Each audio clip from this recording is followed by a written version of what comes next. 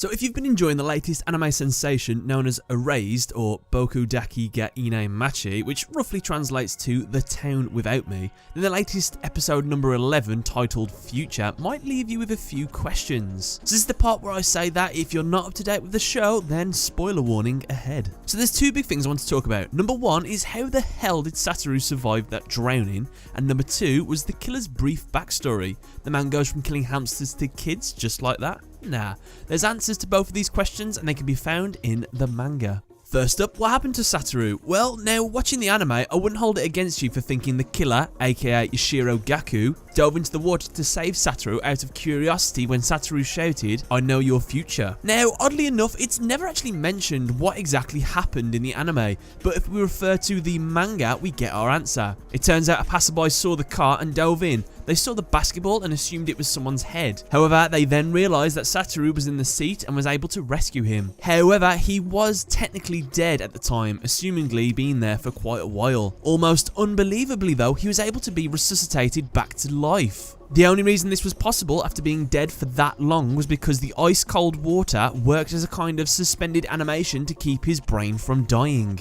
Now, I'm not totally sure if the science is absolutely right in this instance, but it's reasonable enough for me, especially if that means Satoru gets to live, so fair. However, there was a price. This act is also the reason for the 15-year coma he suffers, as well as his memory loss. Now then, it's time for the meat of the video. In the anime, Yashiro told an event from his past about how an irresponsible student let her hamsters breed and have several offspring. Yashiro said he'd help, but all he did was just drown them all, except for one that was able to survive by climbing on top of another one. Now, this story in the anime is a great way to see that the teacher had a sadistic nature even as a child, but it doesn't really work as a good way to understand why he was like that and why he would escalate to murder.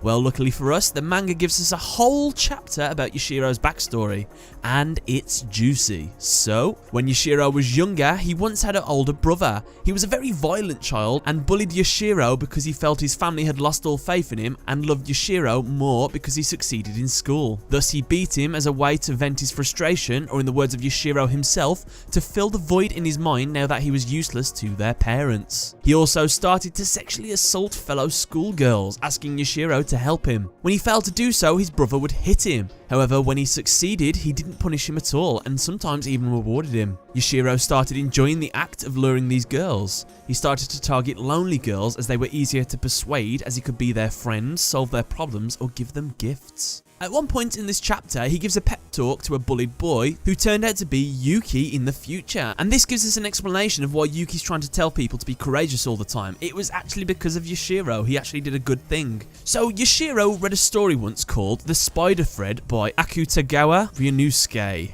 Yeah, that was terrible pronunciation. And the story seemed to be the outlook the teacher would gain. The meaning of the spider web strand he sees is, in the story, the guy pulls himself up while kicking everyone else below, essentially cutting them off the thread. What Yashiro does is similar. He pulls himself up by cutting the thread off other people. Perhaps the thread for him leads to paradise, but I can't be quite sure. Now then, in the manga, we reach the point where we get some similarities between the anime. A girl gives Yashiro hamsters to look after, and we know how this goes. He drowns them all except the one who survived by clambering on top of a corpse. Witnessing this gave him a thrill, and he kept it out of admiration. One day, his brother asked him to stand guard while he sexually assaulted a girl. Instead, he left the play and came back to his brother, having suffocated a girl to death to stop her from making any noise while their parents were outside. And he sees the spider string above his brother's head. He tells his brother to come to the shed as they're in trouble. The brother was found hung by their mother. Police assumed he killed himself over the murder of the girl, but we all know who killed him. What he did to his brother triggered an interest with him to keep doing it, and for him, he wants to see if he can keep getting away with it. The ease of manipulating someone, the different reactions of the person being faced with danger, and how he can get away scot-free are probably the things that interest him. We time skip and Yashiro eventually becomes a teacher. He tried to kill a girl once but was sloppy and didn't predict all the factors, so he failed. He said to himself that he would carve every failure into his mind so this wouldn't happen again. 3 years after that, he became married to a psychologist. He used her for education about child psychology, but he was very indifferent about her personally though. It was shown through a news broadcast he had killed someone while he was married and framed someone else for that murder. His wife asks him a forbidden question, which was, "Where were you on that day?" And he sees the string above her head. He murders her, making it look like suicide due to a stressful job. Now, just for clarification, if you suspect your significant other might be a murderer, don't ever ask him or her if they are, because either they're going to lie to you or you're going to wake up dead. End of story. Now, after that, he sees a string above his own head, and now he is the teacher of Satoru's class. Now, that is basically the part that got missed out in the anime, so I thought I'd just tell you guys just so you could have a bit more knowledge of it, since the next episode is the last episode. If I had to recommend anything, I'd say you guys, you should definitely read the manga.